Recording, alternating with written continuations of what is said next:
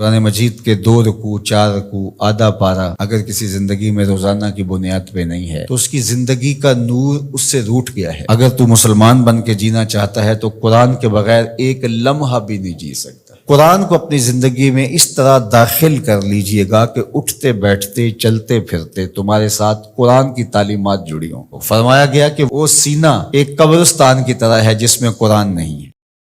قرآن مجید اللہ رب العزت کا کلام ہے کہ جن کو اس سے محبت ہے اللہ اندازہ کریں کہ انہیں اس کے کلام میں کتنی لذت ہوتی ہوگی۔